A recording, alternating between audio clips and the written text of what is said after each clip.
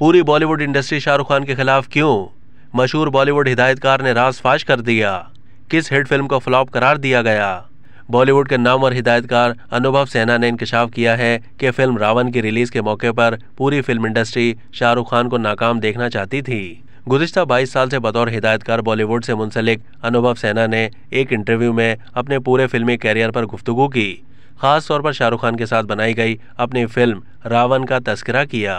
उन्होंने बताया कि मैंने शाहरुख खान की फिल्म रावण 2011 में डायरेक्ट की थी। उन्होंने कहा कि उस वक्त पूरी फिल्म इंडस्ट्री में माहौल बन गया था कि शाहरुख खान की फिल्म को नाकाम करार देना है। उस वक्त ऐसा कहा भी गया, लेकिन हकीकत कुछ और थी। उन्होंने बताया कि 2011 में शाहरुख खान, करीना कपूर और अर्जुन रामपाल के मरकजी किरदारों पर मबनी इस इंतहाई महंगे बजट की फिल्म ने दुनिया भर से 200 करोड़ रुपए की कमाई की थी।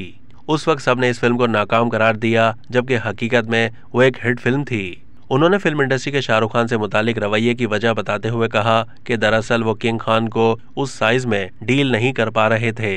अब तक के लिए इतना ही। मज़ीद मालूमात के लिए डेली जंग के यूट्यूब चैनल को सब्सक्राइब कीजिए।